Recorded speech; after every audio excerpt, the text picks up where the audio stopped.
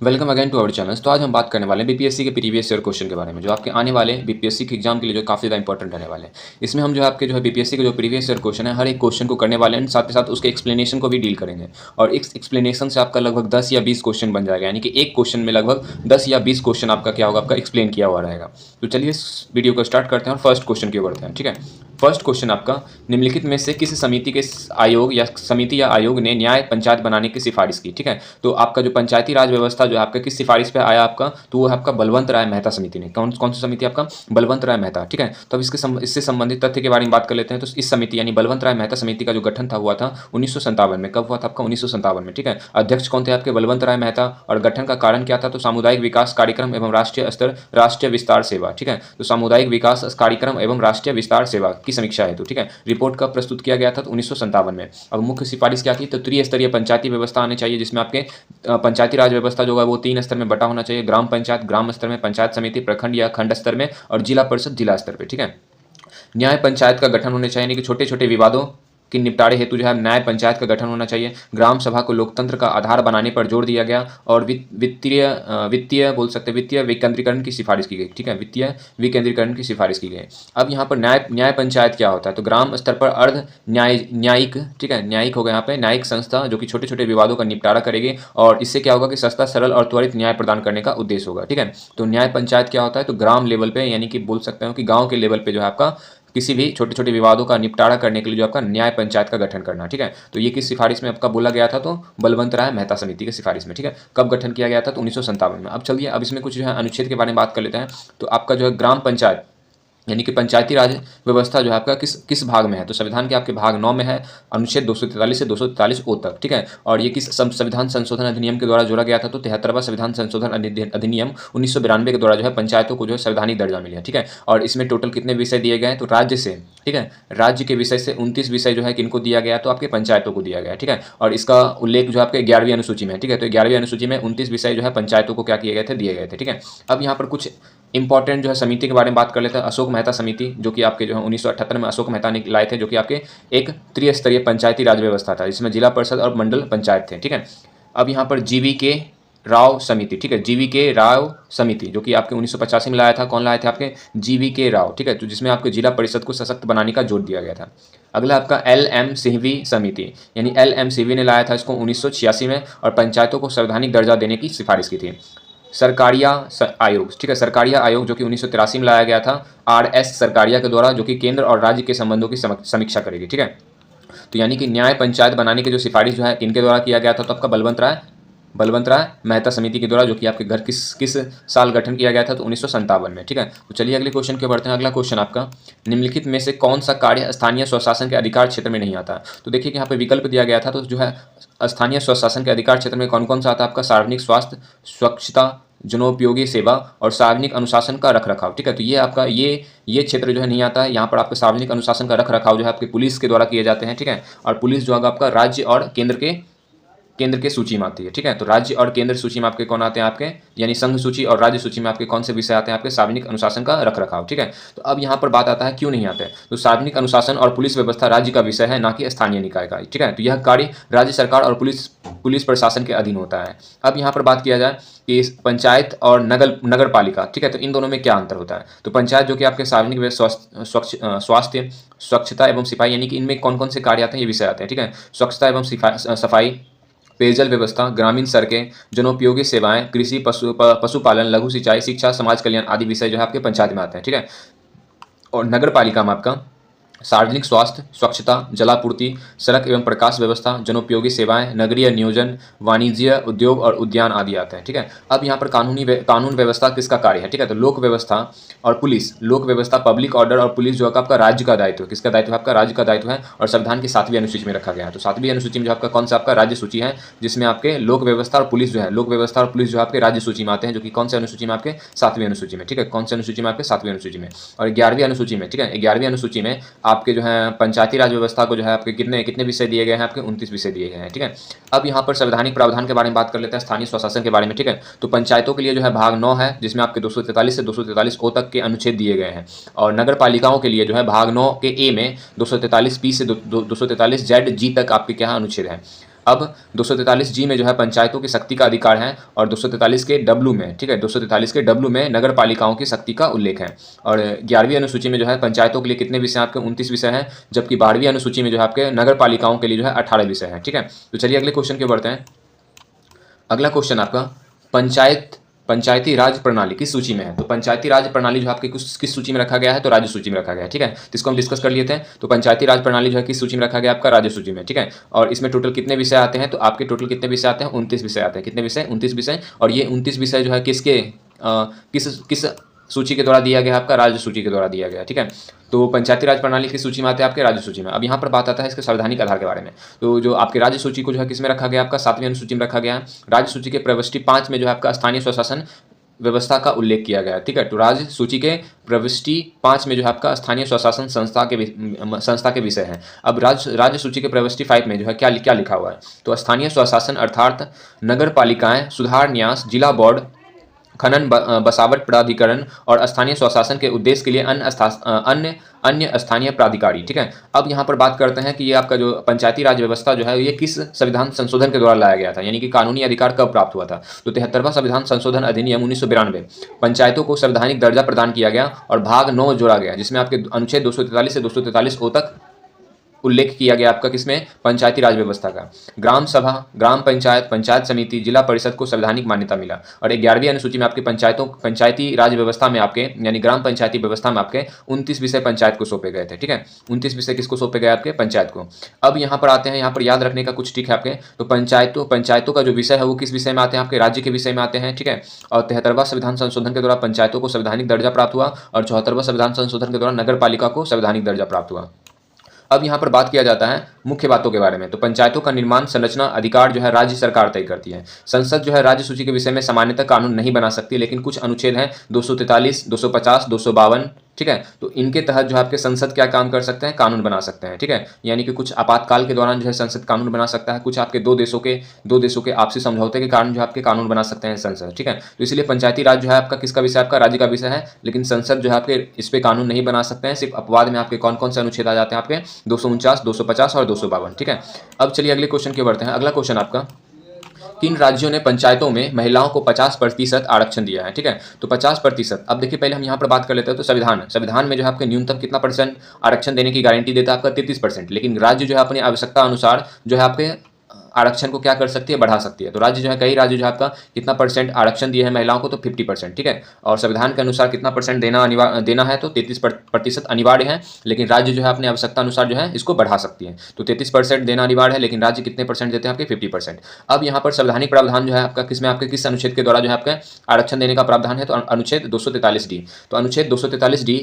पंचायतों में महिलाओं के लिए कम से कम 1/3 यानी कि लगभग 33% हिस्सा। ठीक है, तो 1/3 सीटों का आरक्षण होगा। और अनुच्छेद 243D के 4 में सरपंच अध्यक्ष पदों में भी आरक्षण का प्रावधान है। ठीक है, तो अनुच्छेद 243 के D3 में पंचायतों में महिलाओं के लिए कम से कम 1/3 यानी कि 33% सीटों का आरक्षण होगा। और अनुच्छेद 243D यानी कि 4 में सरपंच अध्यक्ष पदों में भी आरक्षण का प्रावधान होगा। तो अब 50% आरक्षण देने वाले राज्य कौन कौन से हैं? तो सभी के सभी जो आपके विकल्प है, सभी के सभी जो है आपके राज्य जो है आपके 50% आरक्षण देने वाले हैं, जिसमें आपके कौन कौन आ जाते हैं? आपके बिहार, उत्तराखंड, मध्य प्रदेश, हिमाचल प्रदेश। और अन्य राज्य में भी जो आपके 50% आरक्षण है, जिसमें आपके कौन से आते हैं? आपके राजस्थान, छत्तीसगढ़, झारखंड, महाराष्ट्र, उड़ीसा, पंजाब, केरल, तमिलनाडु, कर्नाटक। ठीक है, मुख्य उद्देश्य क्या है? तो ये आपके आरक्षण देने से इसका क्या मुख्य उद्देश्य रहेगा? तो महिलाओं की राजनीतिक भागीदारी को बढ़ावा मिलेगी, स्थानीय स्तर पर निर्णय प्रक्रिया में समानता लाई जाएगी, सशक्तिकरण, नेतृत्व क्षमता और सामाजिक न्याय को बढ़ावा मिलेगी। ठीक है, तो पंचायती राज प्रणाली किस सूची में है? आपके राज्य सूची में है, जो कि प्रविष्टि 5 में दिया गया है। और पंचायती राज प्रणाली को जो है आपके किस संवैधानिक दर्जा जो है किस संशोधन के द्वारा प्राप्त हुआ? आपका 73वां संविधान संशोधन के द्वारा। और 73वां संविधान संशोधन के द्वारा जो है पंचायती राज प्रणाली को भाग 9 में अनुच्छेद 243 से 243O तक रखा गया है। और इसमें जो है आपके 11वीं अनुसूची के द्वारा जो है इनको क्या दिया गया? आपका कर्तव्य दिया गया है, कुछ कार्य दिया गया है। ठीक है, किन राज्यों ने 50% आरक्षण दिया है? तो अनुच्छेद 243 के D के 3 के अनुसार जो है न्यूनतम जो है आपका 33% आरक्षण की बात कही गई है संविधान के द्वारा, लेकिन राज्य जो है अधिक दे सकते हैं। ठीक है, तो चलिए अगले क्वेश्चन की ओर बढ़ते हैं। अगला क्वेश्चन आपका, धन विधेयक पेश किया जाता है। ठीक है, धन विधेयक पेश किया जाता है। तो धन विधेयक कहाँ पेश किया जाता है? तो केवल लोकसभा में। कहाँ पेश किया जाते हैं? आपके केवल लोकसभा में। अब चलिए जानते हैं धन विधेयक होता क्या है। तो धन विधेयक का जो आपका चर्चा जो है किसमें किया जाता है? आपका अनुच्छेद 110 में। कहाँ किया जाता है? आपका अनुच्छेद 110 में। तो ऐसा विधेयक जिसमें केवल निम्न विषय शामिल हो, जैसे कि किसी कर का आरोपण, समाप्ति, छूट और परिवर्तन। और कौन सा विषय आपका भारत की संचित निधि, भारत की आकस्मिक निधि, भारत सरकार का ऋण लेना, उधार व्यवस्था और गारंटी देना। और ये उपरोक्त विषय जो आपके अनुसांगिक हो रहेंगे आपके किसके अंदर, तो धन विधेयक के अंदर। और किस अनुच्छेद के द्वारा, अनुच्छेद 110 के द्वारा। अब यहाँ पर बात आता है कि कहाँ प्रस्तुत किए जाते हैं, तो ये धन विधेयक जो है केवल लोकसभा में पेश किए जाते हैं, अनुच्छेद 109 के 1 में, ठीक है। 109 के 1 के तहत जो है धन विधेयक को केवल कहाँ पेश किया जा सकता है, आपका लोकसभा में, ठीक है। अब पारित करने की प्रक्रिया क्या होता है, तो धन विधेयक केवल लोकसभा में प्रस्तुत होगा। राष्ट्रपति की अनुशंसा जो है अब अवस्था है, यानी कि आवश्यक भी हो सकता है, नहीं भी आवश्यक भी हो सकता है, ठीक है। तो राष्ट्रपति को साइन करना आपके क्या होते हैं, आपके अनिवार्य होता है, राष्ट्रपति साइन करेगा ही करेगा, ठीक है। तो सिर्फ जो है आपके लोकसभा जो है, लोकसभा निर्णय लेगा कि धन विधेयक है या नहीं है, ठीक है, अनुच्छेद 109 के तहत। तो अब धन विधेयक केवल लोकसभा में प्रस्तुत होगा, राष्ट्रपति की अनुशंसा आवश्यक लिखा हुआ है, ठीक है, आवश्यक है। तो अनुच्छेद 117 1 के तहत, ठीक है, अनुच्छेद 117 के तहत लोकसभा इसे साधारण विधेयक की तरह पारित करती है, राज्यसभा को भेजा जाता है। तो लोकसभा से आपके कहाँ आएंगे, आपके राज्यसभा। तो राज्यसभा जो आपके 14 दिन तक जो है, आपके 14 दिन के भीतर जो होगा सुझाव के साथ लौटाती है। और ये सुझाव मानना जो है इसके लिए बाध्य, लोकसभा के लिए बाध्य नहीं होता है। और 14 दिन के बाद जो है आपके राष्ट्रपति क्या कर लेते हैं, तो इसमें अंतिम अनुशंसा करते हैं, उसके बाद जो आपके धन विधेयक लागू हो जाती है, ठीक है। तो कुछ महत्वपूर्ण तथ्य क्या है, यह निर्धारित करने का अंतिम अधिकार जो है लोकसभा अध्यक्ष का होता है। तो कोई विधेयक धन विधेयक है या नहीं, उसका जो है निर्णय कौन लेगा, आपका लोकसभा अध्यक्ष लेगा, अनुच्छेद 109 के तहत, ठीक है। इसका निर्णय न्यायालय में सामान्यतः चुनौती नहीं दी जा सकती। धन विधेयक को राज्यसभा में संशोधित नहीं किया जा सकता है, ठीक है। अब आते हैं कुछ संबंधित अनुच्छेद के बारे में। तो अनुच्छेद 110 के तहत जो है धन विधेयक की परिभाषा दी गई है। अनुच्छेद 109 के तहत धन विधेयक पारित करने की प्रक्रिया है। अनुच्छेद 117 के तहत राष्ट्रपति की अनुशंसा है। और अनुच्छेद 108 के तहत साधारण विधेयक की प्रक्रिया है, ठीक है, साधारण विधेयक की प्रक्रिया। तो धन विधेयक जो है आर्टिकल 110 में है। फिर ये कहाँ जाएगा, आपका लोकसभा में जाएगा आपके आर्टिकल 109 के 1 के तहत। फिर इसको कहाँ भेजा जाएगा, आपका राज्यसभा में केवल सुझाव के लिए। और 14 दिन के भीतर जो है अंतिम निर्णय जो है कौन लेता है, आपका लोकसभा लेता है, ठीक है। चलिए अगले क्वेश्चन की बढ़ते हैं। अगला क्वेश्चन आपका, भारतीय संविधान की प्रकृति क्या है। तो भारतीय संविधान की प्रकृति क्या है, तो प्रकृति संघीय है किंतु भावना में क्या आपका एकात्मक है, ठीक है। तो यानी कि ये मिश्रित है, संघीय भी है और आपका एकात्मक भी है, तो ठीक है। तो अब कैसे, तो इसको देख लेते हैं। तो संवैधानिक आधार क्या है, तो अनुच्छेद 1 के तहत जो है भारत अर्थात इंडिया राज्यों का क्या आपका संघ होगा, ठीक है। तो इससे क्या पता चलता है, आपका भारत जो आपका संघीय है। लेकिन यहाँ पर अब कुछ संघीय विशेषता और एकात्मक विशेषता के बारे में बात कर लेते हैं, ठीक है। तो संघीय विशेषता क्या आपका, तो इसमें आपके दोहरी शासन व्यवस्था यानी कि केंद्र और राज्य, लेकिन है जो हमारा जो शासन व्यवस्था वो 3 स्तर में बटा हुआ है, ठीक है। एक केंद्र पे, एक राज्य पे, एक ग्राम पे, ठीक है। तो हमारे संघीय व्यवस्था में आपके कितने कौन सा शासन व्यवस्था, आपका दोहरी शासन व्यवस्था है। शक्तियों का विभाजन जो है आपके 245 अनुच्छेद 245 से 254 तक किया गया है। और 7वीं अनुसूची में आपके संघ सूची, राज्य सूची और संवर्ती सूची में जो है शक्तियों का बंटवारा किया गया है, ठीक है। तो शक्तियों का विभाजन जो है आपका 245 से 254 में किया गया है। यहाँ पर हमारे पास लिखित संविधान है, स्वतंत्र न्यायपालिका है, संविधान की सर्वोच्चता होती है यहाँ पर। और राज्यसभा यानी कि राज्यों का क्या करती है, प्रतिनिधित्व करती है। अब एकात्मक विशेषता के बारे में बात कर लेते हैं भारत का। तो भारत में एकल नागरिकता है आपका। और नागरिकता जो है आपका अनुच्छेद 5 से 11 तक है। मजबूत केंद्र है, अवशिष्ट शक्तियां जो है केंद्र के पास होती है, अनुच्छेद 248 एवं प्रविष्ट 97 संघ सूची में, ठीक है। आपातकालीन प्रावधान जो है आपका 352, 356 और 360 है। राज्य की सीमाओं में परिवर्तन जो है संसद द्वारा की जाती है, अनुच्छेद 3 के द्वारा। राज्यपाल की नियुक्ति जो है राष्ट्रपति द्वारा होती है, अनुच्छेद 155 के द्वारा। तो ये सब आपका विशेषता जो है आपका एकात्मक है, यानी कि किसी एक के पास शक्ति है, ठीक है।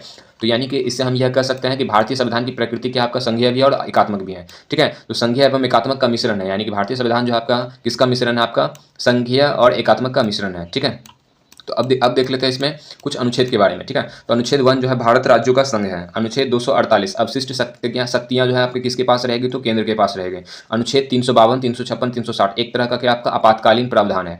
अनुच्छेद 245 से 254 शक्तियों का विभाजन है। अनुच्छेद 3 राज्यों की सीमाओं में परिवर्तन, किनके द्वारा, आपके संसद के द्वारा। 7वीं अनुसूची में जो है सूची को बांटा गया है, संघ सूची, राज्य सूची और संवर्ती सूची, यानी कि विषयों को क्या किया गया है, बांटा गया है। चलिए अगले क्वेश्चन के बढ़ते हैं। अगला क्वेश्चन आपका 7वां नंबर क्वेश्चन, भारतीय सर्वोच्च न्यायालय में न्यायाधीशों की नियुक्ति कौन करता है। तो भारतीय सर्वोच्च न्यायालय में न्यायाधीशों की नियुक्ति कौन करता है, आपका राष्ट्रपति करता है। कौन करता है, आपका राष्ट्रपति, ठीक है। तो अब ये राष्ट्रपति जो है आपका किस संविधान संशोधन के किस अनुच्छेद के द्वारा करता है, तो अनुच्छेद 124 के 2 के तहत। तो सर्वोच्च न्यायालय के प्रत्येक न्यायाधीश की नियुक्ति राष्ट्रपति के द्वारा की जाती है, अनुच्छेद 124 के 2 के तहत, ठीक है। जिसमें आपके भारत के मुख्य न्यायाधीश CGI रहेंगे और अन्य सभी न्यायाधीश रहेंगे, ठीक है। अब यहाँ पर जो आपके नियुक्ति का जो सिस्टम होता है, सिस्टम को हम क्या कहते हैं, कॉलेजियम सिस्टम। कौन सा सिस्टम का, आपका कॉलेजियम सिस्टम, वर्तमान नियुक्ति प्रक्रिया। अब ये कॉलेजियम सिस्टम क्या होता है, तो कॉलेजियम में आपके 5 सदस्य होते हैं। कितने सदस्य होते हैं, आपके 5, जिसमें भारत के मुख्य न्यायाधीश रहेंगे और सर्वोच्च न्यायालय के 4 वरिष्ठ न्यायाधीश रहेंगे। ये पांचों जो है आपका, ये क्या काम करता है, तो एक रिपोर्ट तैयार करता है कि किसको CGI नियुक्त किया जाएगा, यानी कि किसको सर्वोच्च न्यायालय का न्यायाधीश नियुक्त किया जाएगा। ये पांचों जो है एक रिपोर्ट जारी करता है, जिसमें कई सारे व्यक्तियों को यानी कॉलेजियम योग्य जो है आपके व्यक्तियों के नाम की सिफारिश करता है, यानी कि ये पांचों का पांचों जो है कई सारे जो है वकीलों का नाम या फिर बोल सकते हैं न्यायाधीशों का नाम जो इसमें लिखते हैं, और सिफारिश विधि मंत्रालय को भेजी जाती है। और ये रिपोर्ट जो है किसको भेजी जाती है, आपके विधि मंत्रालय यानी कि लॉ मिनिस्ट्री को भेजी जाती है। लॉ मिनिस्ट्री जो होता है जो प्रधानमंत्री की समिति द्वारा होता है, यानी कि ये क्या काम करेगा, प्रधानमंत्री की समिति द्वारा जो है इनकी जांच की जाएगी, ठीक है। और उसके बाद जो है ये सारा का सारा रिपोर्ट जो है किनको भेजा जाएगा, आपका राष्ट्रपति को, और राष्ट्रपति सिफारिश मिलने पर नियुक्ति करता है। जैसे ही रिपोर्ट जो है राष्ट्रपति को मिलता है तो राष्ट्रपति क्या काम करता है, तो न्यायाधीशों की नियुक्ति करता है। अब न्यायाधीश नियुक्ति से संबंधित महत्वपूर्ण मामले, तो फर्स्ट जज केस जो आपका 1981 में आपके सरकार को अधिक भूमिका या शक्ति दी गई। सेकेंड जज केस 1993 कॉलेजियम सिस्टम की शुरुआत हुई और न्यायपालिका की प्रधानता स्थापित हुई। तो अब कॉलेजियम सिस्टम हमारे जो है संविधान में वर्णित नहीं किया गया है, ठीक है। थर्ड जज केस 1998 कॉलेजियम को विस्तारित कर 5 सदस्य किया गया, 1 सीजी या 4 आपका वरिष्ठ न्यायाधीश, ठीक है। यानी कि कॉलेजियम में टोटल कितने आपके न्यायाधीश कितने व्यक्ति रहेंगे, तो 5 सदस्य किस व्यक्ति रहेंगे, जिसमें 1 सीजीआई रहेगा और 4 वरिष्ठ न्यायाधीश रहेंगे। अब यहाँ पर बात आता है आपका एनजीएसी, ठीक है। तो एनजीएसी क्या होता है, तो 99वें संविधान संशोधन के द्वारा जो आपका एनजीएसी लाया गया, राष्ट्रीय न्यायिक नियुक्ति आयोग, जिसका काम क्या आपका संविधान यानी कि न्यायाधीशों की नियुक्ति में आपके पारदर्शिता को बढ़ाना, ठीक है, पारदर्शिता को बढ़ाना। अब हम कुछ अनुच्छेद के बारे में बात कर लेते हैं। अनुच्छेद में आपके अनुच्छेद 124 तो सर्वोच्च न्यायालय की स्थापना एवं न्यायाधीश, ठीक है। तो सर्वोच्च न्यायालय की स्थापना जो आपके किस अनुच्छेद के द्वारा की जाती है, तो अनुच्छेद 124, और इसमें आपके न्यायाधीशों की नियुक्ति भी आएंगे, ठीक है, न्यायाधीशों की नियुक्ति भी आएंगे। अनुच्छेद 124 के 2 में न्यायाधीशों की नियुक्ति के बारे में वर्णन किया गया है। अनुच्छेद 124 के 4 में न्यायाधीशों को हटाने की जो है प्रक्रिया है, जिसे हम महाभियोग कह सकते हैं। अनुच्छेद 126 जो कि आपके कार्यवाहक मुख्य न्यायाधीश यानी कि एडिशनल बोल सकते हैं कि अगर मुख्य न्यायाधीश अगर कार्य करने में असमर्थ हो या फिर उसका जो सीट जो है रिक्त हो, तब जो है अनुच्छेद 126 के तहत कार्यवाहक मुख्य न्यायाधीश की नियुक्ति की जा सकती है। अनुच्छेद 127 के तहत तदर्थ न्यायाधीश यानी एड होस जज, ठीक है, एड होस जज। अब इसका अर्थ क्या होता है, तदर्थ न्यायाधीश का अर्थ क्या होता है, एड होस जज का अर्थ क्या होता है, अगर मतलब संविधान के जो आपके सर्वोच्च न्यायालय के जो न्यायाधीश रहेंगे तो वो किसी दूसरे जज को भी नियुक्त कर सकते हैं अपने सहायता के लिए, ठीक है। तो अपने सहायता के लिए तदर्थ न्यायाधीश की भी नियुक्ति की जा सकती है राष्ट्रपति के सलाह पर, ठीक है। अनुच्छेद 127 के तहत एड होस जज की नियुक्ति, ठीक है, यानी कि अगर वर्कलोड जो है अगर ज़्यादा हो जाए तो मुख्य न्यायाधीश जो है आपके अन्य उच्च न्यायालय के न्यायाधीश को भी क्या कर सकती है, तो सर्वोच्च न्यायालय में नियुक्त कर सकते हैं, किसके सलाह पर, राष्ट्रपति के सलाह पर। अनुच्छेद 128 सेवानिवृत्त न्यायाधीशों का आवाहन। अनुच्छेद 128 के तहत अगर कोई रिटायर्ड अगर न्यायाधीश है, सर्वोच्च न्यायालय का अगर रिटायर्ड न्यायाधीश है तो इसको फिर से जो है मदद के लिए बुलाया जा सकता है अनुच्छेद 128 के तहत, ठीक है। तो चलिए अब अगले क्वेश्चन के बढ़ते हैं। अगला क्वेश्चन आपका, ये क्वेश्चन हो चुका था 5, 6, 7 हो गया, 8वां। चलिए 8वां क्वेश्चन की बढ़ते हैं। 8वां क्वेश्चन आपका, राज्यसभा का पदेन अध्यक्ष कौन होता है, तो राज्यसभा का पदेन अध्यक्ष कौन होता है, आपका उपराष्ट्रपति। कौन होता है, आपका उपराष्ट्रपति, ठीक है। तो अब यहाँ पर संवैधानिक आधार के बारे में बात कर लेते हैं। अनुच्छेद 64, ठीक है, अनुच्छेद 64 के तहत जो है आपका भारत का उपराष्ट्रपति राज्यसभा का पदेन सभापति होता है, यानी कि एक्स ऑफिको होता है, ठीक है। अब पदेन सभापति का अर्थ क्या होता है, तो पद के कारण किसी अन्य पद पर होने के कारण स्वतः दूसरा पद प्राप्त हो जाना, ठीक है। तो एक पद होने के कारण यानी कि आपका उपराष्ट्रपति पद होने के कारण फिर भी उसको जो है एक दूसरा पद भी दिया जाता है, वो आपका राज्यसभा का पदेन अध्यक्ष, जिसको हम क्या कहेंगे, आपके पदेन अध्यक्ष को क्या कहेंगे, एक्स ऑफिको, ठीक है। तो उपराष्ट्रपति जो होगा आपका भारत का उपराष्ट्रपति भी हो रहेगा और साथ ही साथ राज्यसभा का पदेन अध्यक्ष भी रहेगा। तो इसको जो है आपके 2 सीट मिल गए हैं, तो इसी को हम क्या कहते हैं, एक्स एफिको या फिर पदेन, ठीक है। तो पदेन सभापति होते हैं, क्या होते हैं आपके पदेन सभापति होते हैं, किसके, तो राज्यसभा के। अब यहाँ पर इनका कार्य क्या होता है, तो इनका कार्य होता है तो सदन की कार्यवाही का संचालन करना, यानी कि आपके राज्यसभा का संचालन करना, सदन में अनुशासन बनाए रखना, सदस्यों को बोलने की अनुमति देना, नियमों की व्याख्या करना और बराबरी की स्थिति में निर्णायक मत देना, ठीक है। अब इसका उल्लेख जो आपका आर्टिकल किसमें, आपके 164 में। अब यहाँ पर महत्वपूर्ण तथ्य के बारे में बात कर लेते हैं, ठीक है। तो राज्यसभा का सभापति, जिसको हम क्या कहते हैं, उपराष्ट्रपति, जो कि आपका एक पदेन सभापति है, किस अनुच्छेद के तहत, आपके अनुच्छेद 64 के तहत। राज्यसभा का उपसभापति जो होता है सदन के सदस्य चुनते हैं, राज्यसभा के सभापति आपके कौन है, आपके उपराष्ट्रपति, और उपसभापति का चुनाव जो है सदन के सदस्य करते हैं, यानी राज्यसभा के सदस्य करते हैं। लोकसभा का अध्यक्ष जो है, लोकसभा के सदस्य को द्वारा चुना जाता है। सभापति एवं उपसभापति दोनों पद पर बने रहते हैं जब तक वे उन पदों पर बने रहने के योग्य है, ठीक है। तो यानी सभापति और उपसभापति जो है तब तक जो है पद पर बने रहेंगे जब तक उन पदों पर बने रहने का योग्य रहेंगे, ठीक है। अब यहाँ पर पद के बारे में बात कर लेते हैं, ठीक है। तो पद में आपके राज्यसभा और लोकसभा के तो अध्यक्ष कौन होते हैं, तो राज्यसभा का अध्यक्ष कौन होते हैं, आपके उपराष्ट्रपति, और लोकसभा का अध्यक्ष कौन होता है, कि लोकसभा के सदस्य के द्वारा चुना जाता है। अब उपाध्यक्ष या उपसभापति कौन होते हैं, तो उपाध्यक्ष और उपसभापति का चुनाव जो है किनके द्वारा किया जाता है, दोनों में सदन के सदस्यों के द्वारा चुना जाता है। अब अनुच्छेद के बारे में बात कर लें तो अनुच्छेद 64 के तहत जो है आपका राज्यसभा का जो है अध्यक्ष कौन बनेंगे, आपके उपराष्ट्रपति, और लोकसभा के सदस्य की चुनाव जो है, लोकसभा के अध्यक्ष का चुनाव कौन करते हैं, लोकसभा के सदस्य करते हैं, अनुच्छेद 93 के तहत है। चलिए अगले क्वेश्चन की बढ़ते हैं। अगला क्वेश्चन आपका, भारत का प्रधानमंत्री किसके प्रति उत्तरदायी या जवाबदेही होते हैं। ठीक है, तो भारत का प्रधानमंत्री जो आपका लोकसभा के प्रति उत्तरदायी होते हैं। किसके प्रति, आपके लोकसभा के प्रति उत्तरदायी होते हैं। अब बात कर लेते हैं आर्टिकल में। ठीक है, तो आर्टिकल आपके 75 के 3 में, यानी आर्टिकल 75 के 3 यानी अनुच्छेद 75 के 3 में मंत्रिपरिषद लोकसभा के प्रति सामूहिक रूप से उत्तरदायी होते हैं। और चूंकि प्रधानमंत्री मंत्रिपरिषद का प्रमुख होता है, इसलिए प्रधानमंत्री भी लोकसभा के प्रति क्या होंगे, आपके उत्तरदायी होंगे। फिर से देखिए, तो अनुच्छेद 75 में जो आपके मंत्रिपरिषद जो आपके किसके प्रति जो आपके उत्तरदायी हैं, तो लोकसभा के प्रति उत्तरदायी हैं। और चूंकि प्रधानमंत्री जो है मंत्रिपरिषद का क्या होता है, प्रमुख होता है, इसलिए प्रधानमंत्री भी लोकसभा के प्रति क्या होंगे, आपके उत्तरदायी होंगे।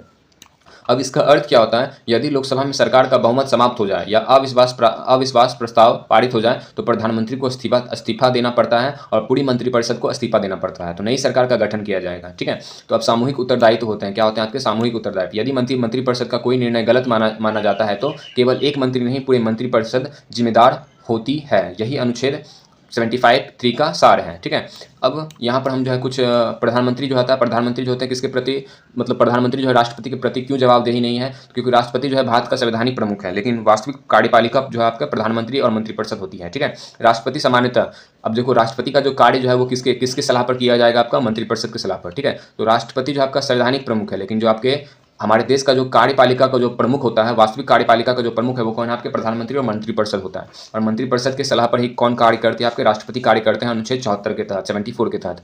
इसलिए राजनीतिक जवाबदेही लोकसभा के प्रति होती है, राष्ट्रपति के प्रति नहीं। अब यहाँ पर बात आएगा आपका कुछ महत्वपूर्ण अनुच्छेद के बारे में। तो प्रधानमंत्री की नियुक्ति जो आपके 75 यानी कि अनुच्छेद 75 के 1 के द्वारा किया जाता है, और प्रधानमंत्री की नियुक्ति जो है कौन करवाती है, तो आपके राष्ट्रपति करवाती है। ठीक है, मंत्रिपरिषद की सामूहिक उत्तरदायित्व जो आपके अनुच्छेद 75 के 3 में दिया गया है। राष्ट्रपति को सहायता या सलाह लेने का अधिकार जो आपके अनुच्छेद 74 के 1 में दिया गया है। मंत्रियों का कार्यकाल जो आपका किसमें, आपका 75 यानी अनुच्छेद यानी आर्टिकल 75 के 2 में दिया गया है। ठीक है, तो चलिए अगले क्वेश्चन के बढ़ते हैं। क्वेश्चन आपका, संसद सदस्य बनने हेतु न्यूनतम आयु क्या है। ठीक है, तो संसद का सदस्य बनने हेतु न्यूनतम आयु क्या होगा। तो अब जो है संसद जो होते हैं आपके, संसद में आपके 2 सदन होते हैं, लोकसभा और राज्यसभा। ठीक है, तो लोकसभा के लिए जो है आपके 25 वर्ष और राज्यसभा के लिए आपके 30 वर्ष। ठीक है, अब ये किस अनुच्छेद में दिया गया है, तो अनुच्छेद आपके 84 में। ठीक है, तो यहाँ पर आपका क्या लिखा हुआ है, तो आर्टिकल 84। ठीक है, आर्टिकल 84 में संसद की सदस्यता के लिए योग्यता का प्रावधान करता है, और पार्लियामेंट के सदस्यों के सदस्यता के लिए योग्यता निर्धारित करता है कौन, आपके अनुच्छेद 84 अनुच्छेद 84। ठीक है, तो अब यहाँ पर जो है आपका अन्य योग्यता क्या है, तो न्यूनतम आयु तो आपका जो है लोकसभा में आपका 25 वर्ष होना चाहिए और राज्यसभा में कितना होना चाहिए, आपका 30 वर्ष। और साथ ही साथ जो है आपका भारत का नागरिक होना चाहिए। निर्धारित न्यूनतम आयु पूरी होनी चाहिए, यानी कि लोकसभा में आपके 25 वर्ष कम से कम। ठीक है, और राज्यसभा में आपके कितने, आपके 30 वर्ष। संसद द्वारा बनाए गए अन्य कानून की शर्तें पूरी करनी चाहिए, और किसी लाभ के पद पर नहीं होना चाहिए, यानी कि ऑफिस ऑफ प्रॉफिट यानी किसी भी लाभ के पद पर जो है नहीं होना चाहिए, तभी ये क्या कर सकते हैं, तो संसद में सदस्यता ग्रहण कर सकती है। अब यहाँ पर जो है आप तालिका में देख लेते हैं, तो न्यूनतम आयु लोकसभा में कितनी होनी चाहिए, आपका 25 वर्ष, और राज्यसभा में कितनी होना चाहिए, 30 वर्ष। चुनाव का तरीका क्या है, तो लोकसभा का आपका प्रत्यक्ष चुनाव है और राज्यसभा का क्या आपका अप्रत्यक्ष चुनाव है।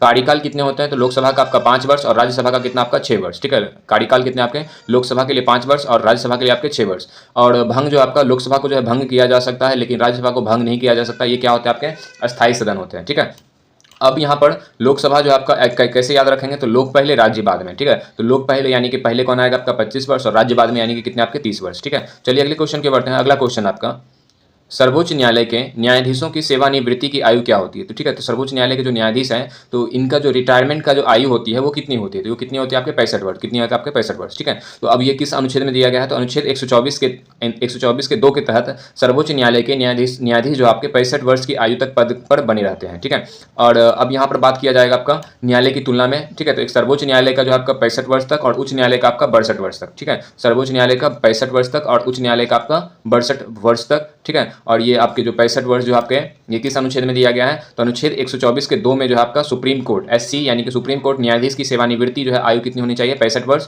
और अनुच्छेद 217 के 1 में 217 का 1 में तो उच्च न्यायालय के न्यायाधीशों की सेवानिवृत्त आयु कितनी होनी चाहिए, आपके 62 वर्ष होना चाहिए। ठीक है, और हटाने की प्रक्रिया जो आपका महाभियोग के द्वारा जो हटाया जा सकता है, दोनों सदन के विशेष बहुमत के द्वारा और राष्ट्रपति की स्वीकृति के द्वारा। ठीक है, तो अब यहाँ पर हटाने की प्रक्रिया यानी कि महाभियोग के बारे में बात कर लेते हैं। तो सर्वोच्च न्यायालय के न्यायाधीशों को केवल निम्न स्थिति में हटाया जा सकता है। तो पहला स्थिति क्या आपका, संसद के दोनों सदन द्वारा क्या होना चाहिए, विशेष बहुमत से प्रस्ताव पारित होना चाहिए। और प्रस्ताव जो होगा कौन होगा आपका, कौन लेगा आपका, राष्ट्रपति। ठीक है, तो राष्ट्रपति द्वारा पद से हटाया जाता है, इसे महाभियोग कहा जाता है। अगर संसद द्वारा बहुमत प्राप्त हो गया तो राष्ट्रपति क्या काम करेगी, तो उस न्यायाधीशों को जो है पद से हटाया जाएगा, जिसे हम क्या कहेंगे, महाभियोग। ठीक है, तो सर्वोच्च न्यायालय का जो सेवानिवृत्ति जो आयु है वो कितने आपका 65 वर्ष, और किस अनुच्छेद के द्वारा, अनुच्छेद 124 के 2 के तहत। और उच्च न्यायालय के न्यायाधीशों की सेवानिवृत्ति जो है आपका 62 वर्ष जो है आपके किस अनुच्छेद के द्वारा, 217 के 1 के तहत। ठीक है, चलिए अगले क्वेश्चन की बढ़ते हैं।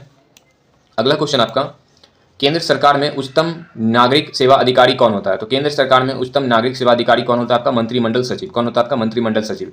तो अब यहाँ पर मंत्रिमंडल सचिव कौन होता है, तो मंत्रिमंडल सचिव जो होता है एक सबसे वरिष्ठ सिविल सेवक, भारतीय प्रशासनिक सेवा होती है। ठीक है, यानी कि IAS जो है आपके इस पद पर, यानी कि मंत्रिमंडल सचिव पर बैठाया जाता है, जो सबसे ज़्यादा वरिष्ठ हो, यानी कि सीनियर हो। ठीक है, और ये कैबिनेट सचिवालय का क्या होते हैं, प्रमुख होते हैं। कैबिनेट सचिवालय का क्या होता है, आपके प्रमुख होते हैं। अब इसके कार्य के बारे में बात कर लेते हैं। ठीक है, तो मुख्य कार्य क्या है इनका, मंत्रिमंडल सचिव का, तो कैबिनेट सचिवालय का प्रमुख कैबिनेट सचिवालय के प्रशासन और संचालन की जिम्मेदारी करना, मंत्रालयों के बीच समन्वय स्थापित करना, प्रधानमंत्री के प्रमुख सलाहकार के रूप में ये कार्य करेगी, सिविल सेवाओं का ये प्रमुख के रूप में कार्य करेगा, और आपातकालीन प्रबंधन में ये क्या काम करेगी, अपना भूमिका निभाएगी। ठीक है, अब यहाँ पर कुछ अन्य जो है आपके पद के बारे में बात कर लेते हैं। अन्य पद है आपका महान्यायवादी, जिसको हम अटॉर्नी जनरल कहते हैं। ये सरकार का सर्वोच्च विधिक सलाहकार होता है। विधिक सलाहकार यानी कानूनी सलाहकार होते हैं। ठीक है, तो यानी कानूनी मामलों में सरकार की प्रतिनिधित्व करते हैं। गृह सचिव यानी कि होम सेक्रेटरी, यानी कि गृह मंत्रालय का प्रशासन होता है। यह आंतरिक सुरक्षा, कानूनी व्यवस्था, पुलिस और राज्यों के साथ समन्वय स्थापित करती है। ठीक है, अगला आपका वित्त सचिव यानी फाइनेंस सेक्रेटरी,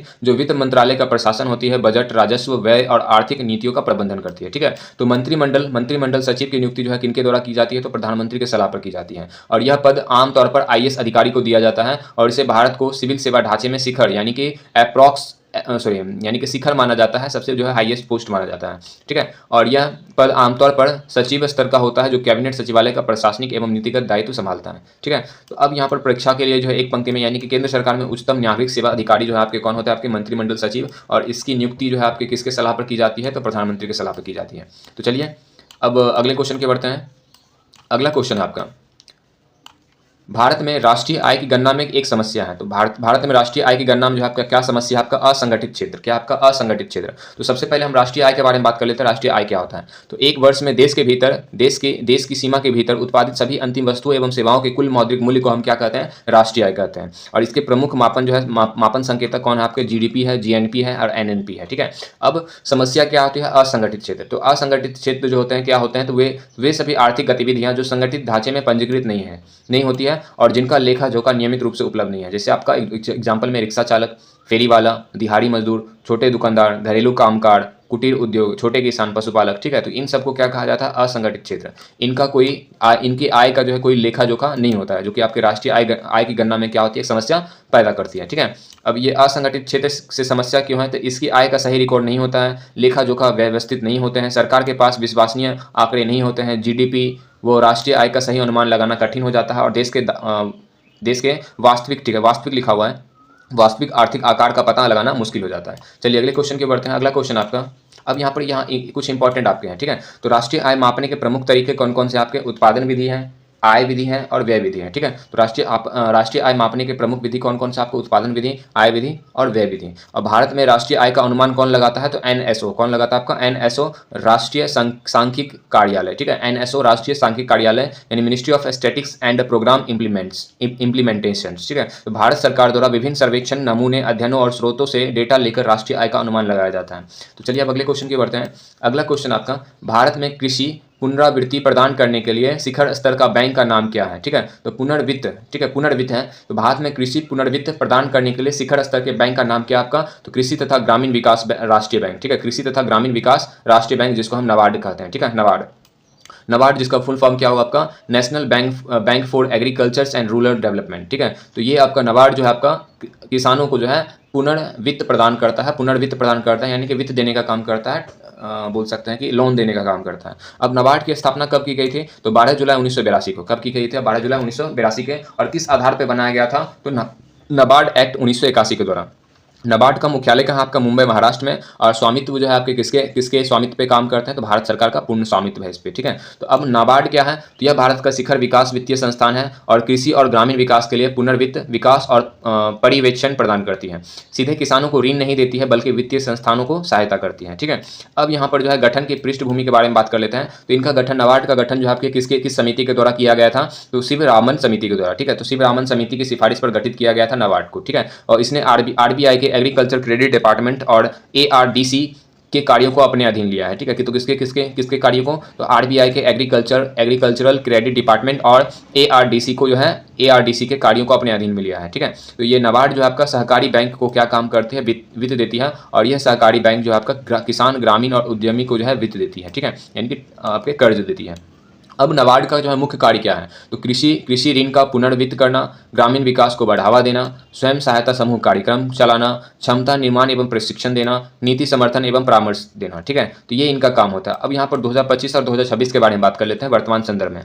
तो कृषि अवसंरचना भंडार कोल्ड चेन में निवेश बढ़ाना, जलवायु परिवर्तन के अनुरूप टिकाऊ कृषि को बढ़ावा देना, एफपीओएस को वित्तीय सहायता और क्षमता निर्माण करना, डिजिटल प्लेटफॉर्म, फिनिटेक्स और ग्रामीण नवाचार को समर्थन करना, और ग्रामीण उद्यमिता एवं रोजगार सृजन का विशेष ध्यान देना, ठीक है। तो नाबार्ड जो होते हैं, नाबार्ड आपका क्या है, तो नाबार्ड जो होते हैं तो कृषि पुनर्वित्त प्रदान करने वाली एक आपका क्या है, आपका विश्व स्तर के बैंक है नाबार्ड, ठीक है। जिसकी स्थापना कब की गई थी, 12 जुलाई 1982 को। किसके आधार पर, तो नाबार्ड एक्ट 1981 के आधार पर। इनका मुख्यालय कहाँ आपका मुंबई महाराष्ट्र में, और यह किसके इस पर जो है किसका स्वामित्व है, तो भारत सरकार का। और इसका गठन जो है किस समिति के सिफारिश पे हुआ था, तो शिवरामन समिति के सिफारिश पर, ठीक है। तो चलिए अगले क्वेश्चन के बढ़ते हैं। अगला क्वेश्चन है आपका 14वें वित्त आयोग के अनुसार विभाज्य शुद्ध केंद्रीय राजस्व कर में राज्य का प्रतिशत भाग कितना है। तो 14वें वित्त आयोग के अनुसार विभाज्य शुद्ध केंद्रीय राजस्व कर में राज्य का प्रतिशत भाग कितना आपका 42%। कितना भाग आपका 42%। अब यहाँ पर बात करते हैं वित्त आयोग होता क्या है। तो यह एक संवैधानिक निकाय है जो केंद्र और राज्यों के बीच करों के बंटवारे, अनुदान, राजस्व संतुलन तथा वित्तीय आवश्यकताओं की सिफारिश करता है और यह सहकारी संघवाद को मजबूत करता है, ठीक है। तो यानी कि केंद्र और राज्य के बीच में जो आपके पैसा का बंटवारा जो आपका कौन करता है, आपका वित्त आयोग करता है। अब इसके कुछ आपके अनुच्छेद के बारे में बात कर लेते हैं। तो अनुच्छेद 280, कौन सा आपका अनुच्छेद 280, तो राष्ट्रपति प्रत्येक 5 वर्ष पर एक वित्त आयोग का गठन करता है और इसका कार्य क्या होता है, केंद्र और राज्य के बीच करों के वितरण एवं राजस्व संतुलन की सिफारिश करना। अब यहाँ पर बात किया जाएगा इसकी संरचना के बारे में। तो इसमें कौन कौन से सदस्य होते हैं, तो संरचना में आपके अनुच्छेद 280 में जो है आपके इनके सदस्य के बारे में बात किया गया है। अनुच्छेद 280 के 2 में तो एक अध्यक्ष और 4 अन्य सदस्य होते हैं, यानी कुल मिला के 5 होते हैं। तो अध्यक्ष और सदस्य जो है राष्ट्रपति द्वारा नियुक्त किया जाता है और संसद द्वारा कानून के तहत सेवा शर्त निर्धारित की जाती है। अब 14वां वित्त आयोग यानी कि 2015 से 2020 जिसके अध्यक्ष कौन थे आपके डॉक्टर वाई रेड्डी, ठीक है, डॉक्टर वाई रेड्डी। कार्यकाल कब से कब तक था, तो 1 अप्रैल 2015 से 31 मार्च 2020 तक। मुख्य सिफारिश क्या था, तो राज्य की कर हिस्सेदारी 32% से बढ़ाकर 42% की गई। कितना की गई आपका 32% से बढ़ाकर कितनी की गई आपके 42% की गई। यह ऐतिहासिक वृद्धि है जिसमें आपके 10 अंकों का वृद्धि की गई थी राज्य की वित्तीय स्वायत्तता को बढ़ाने के लिए, ठीक है। 42% क्यों किया गया, तो राज्य को अधिक वित्तीय संसाधन उपलब्ध कराना, सहकारी संघवाद को मजबूत करना, राज्य को विकास एवं कल्याणकारी योजनाओं के लिए अधिक लचीलापन देना और केंद्र और राज्य वित्तीय संतुलन को कम करना। अब यहाँ पर 15वां वित्त आयोग के बारे में बात कर लेते हैं जो कि आपके 2021 से 2026 तक चलेंगे, ठीक है। इसके अध्यक्ष कौन है आपके श्री एन के सिंह, ठीक है, कौन है आपके श्री एन के सिंह। रिपोर्ट प्रस्तुत कब करेंगे, तो रिपोर्ट प्रस्तुत जो आपका नवंबर 2020 में किया गया था और कार्यकाल जो है इनका कार्यकाल कितना रहेगा, तो 15वां वित्त आयोग का कार्यकाल कितना रहेगा आपका 1 अप्रैल 2021 से 31 मार्च 2026 तक, ठीक है। 1 अप्रैल 2021 से 31 मार्च 2026 तक 15वां वित्त आयोग का जो है कार्य रहेगा। तो सिफारिश राज्य की कर हिस्सेदारी जो आपका 41% कर दिया गया था, ठीक है। तो यानी कि आपका 14वां में आपका कितना परसेंट किया गया था, आपका 42%, और राज्य के सिफारिश में राज्य की कर हिस्सेदारी कितनी कर दी गई आपका 41%, ठीक है। तो अब इसकी तुलना के बारे में बात कर लेते हो। तो 13वां वित्त आयोग जो आपका 2010 से 2015 तक चला जिसमें आपके राज्य का जो हिस्सेदारी था वो कितना था आपका 32%। 14वां वित्त आयोग में आपका 2015 से 2020 में किया गया जिसमें राज्य का हिस्सेदारी कितना आपका 42%। और 15वां वित्त आयोग जो कि आपके 2021 से 2026 तक चला जिसमें राज्य का हिस्सेदारी कितना आपका 41%, ठीक है, 41%। अब बात किया जाता है तो वित्त आयोग का जो है गठन जो है आपका किस अनुच्छेद के द्वारा किया गया, 280 के द्वारा। वित्त आयोग में कौन कौन से सदस्य या अध्यक्ष रहेंगे उसका नियुक्ति कौन करेगा, आपका राष्ट्रपति करेंगे, अनुच्छेद 280 के 2 के तहत। और अनुच्छेद 280 के 3 के तहत इसके कार्य के बारे में बात किया गया। तो कार्य में कौन कौन सा कार्य आएगा आपका, तो केंद्र और राज्य के बीच करों का वितरण के सिद्धांत तय करना, राज्यों को अनुदान इन एंड ऐड के सिद्धांत तय करना, राज्य की वित्तीय स्थिति का मूल्यांकन करना, राज्य की वित्तीय स्थिति का मूल्यांकन करना, ठीक है, पंचायती राज्य संस्थान और एवं नगर पालिकाओं के लिए अनुदान की सिफारिश करना और अन्य विषय जो राष्ट्रपति संदर्भित करेंगे, ठीक है। तो अब यहाँ पर कुछ प्रमुख अनुच्छेद के बारे में बात कर लेते हैं। तो अनुच्छेद 280 जो कि आपके वित्त आयोग का गठन एवं कार्य है, अनुच्छेद 270 करों का वितरण है, और अनुच्छेद 275 अनुसूचित क्षेत्र जहां विशेष प्रावधान है तो अनुदान करना है, ठीक है। अब चलिए अगले क्वेश्चन की बढ़ते हैं। अगला क्वेश्चन आपका, भारत में किस क्षेत्र में प्रत्यक्ष विदेशी निवेश उच्चतम है, ठीक है। तो भारत में किस क्षेत्र में प्रत्यक्ष विदेशी निवेश उच्चतम है, ठीक है। तो वो कौन सा आपका सेवा क्षेत्र। तो बड़ा उपभोक्ता बाजार यानी कि सेवा क्षेत्र में एफडीआई सबसे अधिक क्यों है, ठीक है। तो यानी कि सबसे ज़्यादा जो पैसा जो है हम लोग को देश में किस क्षेत्र से आता है, आपका सेवा क्षेत्र से। तो अब बड़ा उपभोक्ता बाजार है यानी कि भारत की जनसंख्या बहुत अधिक है और खपत की क्षमता लगातार बढ़ रही है। कुशल मानव संसाधन, अब आईटी, मैनेजमेंट, फाइनेंस जैसे क्षेत्रों में कुशल और सस्ता श्रम उपलब्ध हो जाती है। उदार नीति, 1991 के आर्थिक उदारीकरण के बाद एफडीआई नीतियों को जो है सरल और उदार बनाया गया। और तेजी से बढ़ती अर्थव्यवस्था, तो भारत की अर्थव्यवस्था दुनिया की सबसे तेज बढ़ने वाली बड़ी अर्थव्यवस्था में से एक है। तो सेवा क्षेत्र में आपके कौन कौन से प्रमुख क्षेत्र होते हैं, बैंकिंग एवं वित्तीय सेवा, बीमा, दूरसंचार, सूचना प्रौद्योगिकी, ई कॉमर्स एवं ऑनलाइन सेवाएं, अन्य व्यावसायिक सेवाएं होते हैं, ठीक है। एफडीआई के लाभ क्या है, तो रोजगार सृजन में जो आपका हेल्प करती है, तकनीकी हस्तांतरण में हेल्प करती है, उत्पादन एवं उत्पादकता में वृद्धि होती है, पूंजी निर्माण और आर्थिक विकास में वृद्धि होती है, विदेश मुद्रा और अर्जन में वृद्धि होती है, ठीक है। तो लगभग जो आपका आपका इस क्वेश्चन में क्या बोला गया है, तो भारत में किस क्षेत्र में प्रत्यक्ष विदेशी निवेश जो है उच्चतम है, तो आपका कौन सा क्षेत्र, आपका सेवा क्षेत्र। कौन सा क्षेत्र आपका सेवा क्षेत्र। चलिए अगले क्वेश्चन के बढ़ते हैं। अगला क्वेश्चन आपका, भारतीय रिजर्व बैंक का वर्तमान गवर्नर कौन है। तो 2018 के संदर्भ में दिया गया है, ठीक है। तो 2018 में भारतीय रिजर्व बैंक का वर्तमान गवर्नर कौन था, आपका उर्जित पटेल। कौन था, आपका उर्जित पटेल, ठीक है। अब आरबीआई के बारे में बात कर लेते हैं। तो भारतीय रिजर्व बैंक आरबीआई, ठीक है, रिजर्व बैंक ऑफ इंडिया। अब यहाँ इसकी स्थापना कब की गई थी, तो 1 अप्रैल 1935 को। कब की गई थी, आपका 1 अप्रैल 1935 को। और इसका राष्ट्रीयकरण जो आपका कब किया गया था, तो 1 जनवरी 1949 को। 1 जनवरी 1949 को इनका राष्ट्रीयकरण किया गया था। इनका मुख्यालय कहाँ, आपके मुंबई महाराष्ट्र में। कहाँ, आपके मुंबई और महाराष्ट्र में, ठीक है। तो 2018 के संदर्भ में जो है आरबीआई का गवर्नर जनरल कौन था, आपका उर्जित पटेल। इनका कार्यकाल कब से कब तक था, तो 4 सितंबर 2016 से 4 सितंबर 2016 से 10 सितंबर 2018 तक, ठीक है। और ये आरबीआई के 24वें गवर्नर थे। कौन से, आपके 24वें गवर्नर थे। अब आरबीआई के गवर्नरों के श्रृंखला के बारे में बात कर लेते हैं, ठीक है। तो आपके कौन कौन से थे, आपके सीडी देशमुख, फिर आपका मैनगेल रामा राव, फिर आया आपका रघुराम राजन, ठीक है, फिर आया आपका उर्जित पटेल के बाद आपका कौन है, आपका 2018 से 2024 तक आपका शक्तिकांत दास, और फिर अभी जो है वर्तमान में आपके कौन है, आपके संजय मल्होत्रा, ठीक है। तो आरबीआई का गवर्नर अभी वर्तमान में आपके कौन है, आपके संजय मल्होत्रा। काफी इंपॉर्टेंट क्वेश्चन है, तो याद रखिएगा, ठीक है। तो आरबीआई का भारतीय रिजर्व बैंक का वर्तमान गवर्नर 2018 के संदर्भ में कौन है, आपके उर्जित पटेल। और 2026 में आपके आरबीआई के गवर्नर जनरल कौन है, आपके संजय मल्होत्रा। उससे पहले कौन थे, आपके शक्तिकांत दास। और उससे पहले कौन थे, आपके उर्जित पटेल। उससे पहले कौन थे, आपके रघुराम राजन। उससे पहले आपके मेनेगल रामा राव। उसके पहले था आपका सीडी देशमुख। चलिए अगले क्वेश्चन की बढ़ते हैं। अगला क्वेश्चन आपका, भारत में सीमांत कृषि भूमि जोत का आकार है, ठीक है। तो भारत में सीमांत कृषि भूमि जोत का आकार कितना, आपका 1 हेक्टेयर से कम। अब ये सीमांत किसान होते क्या है, सीमांत कृषि भूमि होता क्या है। तो सीमांत किसान कौन है, तो जिस किसान के पास 1 हेक्टेयर से कम कृषि भूमि होता है उसे सीमांत किसान कहते हैं। अब सीमांत किसान क्या होता है, आपका जिसके पास 1 हेक्टेयर से आपका कम भूमि है। और वर्तमान स्थिति में 2026 में भारत में लगभग 85% से अधिक किसान छोटे एवं सीमांत किसान है, जो कृषि नीतियों का मुख्य फोकस इन्हीं पर है, ठीक है। तो कृषि नीतियों का मुख्य फोकस किन पे, आपके तो इन्हीं 85% किसानों पर है। जो आपके कौन से किसान होते हैं, आपके सीमांत किसान या फिर छोटे किसान होते हैं जिनके पास 1 हेक्टेयर से कम भूमि होती है। अब भारत में कृषि जोत का वर्गीकरण कौन सा आपका, तो सीमांत में आपके 1 हेक्टेयर से कम, फिर लघु में आपके 1 या 2 हेक्टेयर, अर्ध माध्यक में आपके 2 से 4 हेक्टेयर, माध्यम में आपका 4 से 10 हेक्टेयर, और बड़े किसान आपका 10 हेक्टेयर से अधिक, ठीक है। तो सीमांत किसानों की समस्या क्या है, आपका कम उत्पादन, आधुनिक तकनीकों का अभाव, सिंचाई सुविधाओं की कमी, ऋण प्राप्त करने में कठिनाई और प्राकृतिक आपदाओं का अधिक प्रभाव होता है। अब जो है सरकार की प्रमुख योजना क्या क्या है, आपका पीएम किसान योजना, प्रधानमंत्री फसल बीमा योजना, किसान क्रेडिट कार्ड योजना, मृदा स्वास्थ्य कार्ड योजना, राष्ट्रीय कृषि विकास योजना, ठीक है। अब ये कृषि जो है आपके कृषि से संबंधित आपके कानून जो है आपका कौन बनाते हैं, आपके राज्य सूची में है। कृषि से संबंधित कानून कौन बना सकते हैं, आपके राज्य बना सकते हैं, और ये राज्य सूची में दिया गया है। और ये कौन से अनुसूची में, आपके 7वीं अनुसूची में। चलिए अगले क्वेश्चन की ओर बढ़ते हैं।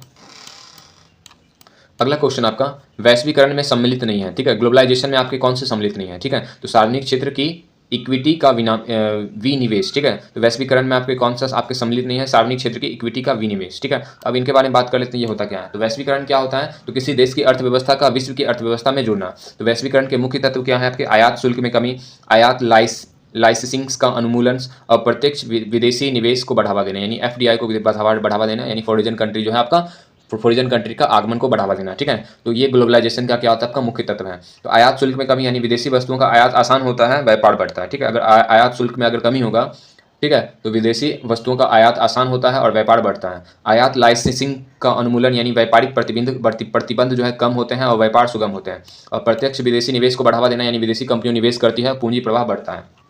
अब विनिवेश का अर्थ क्या होता है, तो सरकार द्वारा सार्वजनिक क्षेत्र के उपक्रमों में अपने हिस्सेदारी बेचना, ठीक है। तो अगर सरकार जो है सार्वजनिक क्षेत्र के उपक्रम में अपनी हिस्सेदारी को बेचती है तो उसी को हम क्या कहते हैं, विनिवेश, ठीक है। जैसे आपका एयर इंडिया का निजीकरण किया गया, BPCL, कॉनकॉर्ड, VSNL में निवेश, IDBI बैंक में हिस्सेदारी की बिक्री की गई, ठीक है। तो इसी को हम क्या कहते हैं, विनिवेश, ठीक है। इसी को हम क्या कहते हैं, विनिवेश, यानी सरकार जो आपका प्राइवेटाइजेशन कर रहा है, इसी प्रोसेस को हम क्या कहते हैं, विनिवेश, ठीक है। अब यहाँ पर यह वैश्वीकरण का भाग क्यों नहीं है, क्योंकि विनिवेश मुख्यतः निजीकरण से संबंधित है, जबकि वैश्वीकरण का संबंध अंतर्राष्ट्रीय व्यापार और निवेश से है, ठीक है। तो वैश्वीकरण का अर्थ क्या होता है, निवेश करना, लेकिन यहाँ पर आपका विनिवेश जो होता है ये क्या काम कर रहा है, तो वो बेच रहा है, ठीक है। निवेश नहीं कर रहा है, ये क्या कर रहा है, बेच रहा है, ठीक है। अब यहाँ पर जो है 1991 में जो है आपके 1991 आर्थिक सुधार के नायक कौन थे, तो 1991 जो हमारा देश जो है गरीब बन गया था, जिसमें आपके PV नरसिम्हा राव और डॉक्टर मनमोहन सिंह जो कि आपके वित्त मंत्री थे और PV नरसिम्हा राव आपके प्रधानमंत्री थे, जो आपका एक पॉलिसी लाता है, LPG पॉलिसी लाता है 1991 में, जिसमें आपका लिबरलाइजेशन, प्राइवेटाइजेशन और ग्लोबलाइजेशन जो आपके 3 पॉलिसी लाए गए थे। लिबरलाइजेशन उदारीकरण, प्राइवेटाइजेशन निजीकरण और ग्लोबलाइजेशन वैश्वीकरण। अब लिबरलाइजेशन में आपके सरकारी नियंत्रण कम करना होता है, प्राइवेटाइजेशन में मतलब क्या होता है, सरकारी उपक्रम में निजी भागीदारी बढ़ाना होता है, यानी विनिवेश शामिल होते हैं, और ग्लोबलाइजेशन यानी विश्व अर्थव्यवस्था से जुड़ना, यानी कि FDI ट्रेड इंपोर्ट एक्सपोर्ट में आपका क्या करना, भागीदारी करना, ठीक है। तो ये होते हैं, यानी कि अब बात आता है क्या बोला जा रहा था, वैश्वीकरण में सम्मिलित नहीं है। तो वैश्वीकरण में क्या सम्मिलित नहीं है, तो सार्वजनिक क्षेत्र की इक्विटी का विनिवेश, ठीक है। तो बेचना, सार्वजनिक क्षेत्र को जो है आपके सरकार बेच, यानी कि अगर सरकार जो है सार्वजनिक क्षेत्र को अगर बेच रही है तो वो आपका क्या, वो जो है आपका वैश्वीकरण में शामिल नहीं होगी, ठीक है। चलिए अगले क्वेश्चन की बढ़ते हैं। अगला क्वेश्चन आपका, भारत में अधिशोधन निवारण अधिनियम कब से लागू हुआ। तो भारत में अधिशोधन निवारण अधिनियम जो है कब से लागू किया गया, आपका 2001 से, ठीक है। तो प्रश्न पत्र के अनुसार जो है कब से लागू किया गया, आपका 2001 से, यानी मनी लॉन्ड्रिंग जो है आपके अधिनियम कब से लागू किया गया, आपके 2001 से। तो अब यहाँ पर PMLA एक्ट 2002 जो लागू किया गया था 1 जुलाई 2005 में, ठीक है। तो ऑप्शन के अनुसार आपका 2001, लेकिन अब यहाँ पर जो है इंपॉर्टेंट तथ्य के बारे में बात कर लेते हैं। तो PMLA एक्ट 2002 जो लागू किया गया था 1 जुलाई 2005 में, जो किस विषय पे लागू किया गया था, मनी लॉन्ड्रिंग पे। अब मनी लॉन्ड्रिंग होता क्या है, तो अवैध रूप से अर्जित धन को कानूनी धन के रूप में दिखाने की प्रक्रिया है, ठीक है। मनी लॉन्ड्रिंग क्या होता है, आपका काला धन को जो है कानूनी धन के रूप में दिखाने की प्रक्रिया को हम क्या कहते हैं, मनी लॉन्ड्रिंग, ठीक है। तो इस विषय पर जो आपके कानून बनाए गए थे, उस कानून को क्या कहा गया, आपका अधिशोधन निवारण अधिनियम, ठीक है, PMLA एक्ट 2002।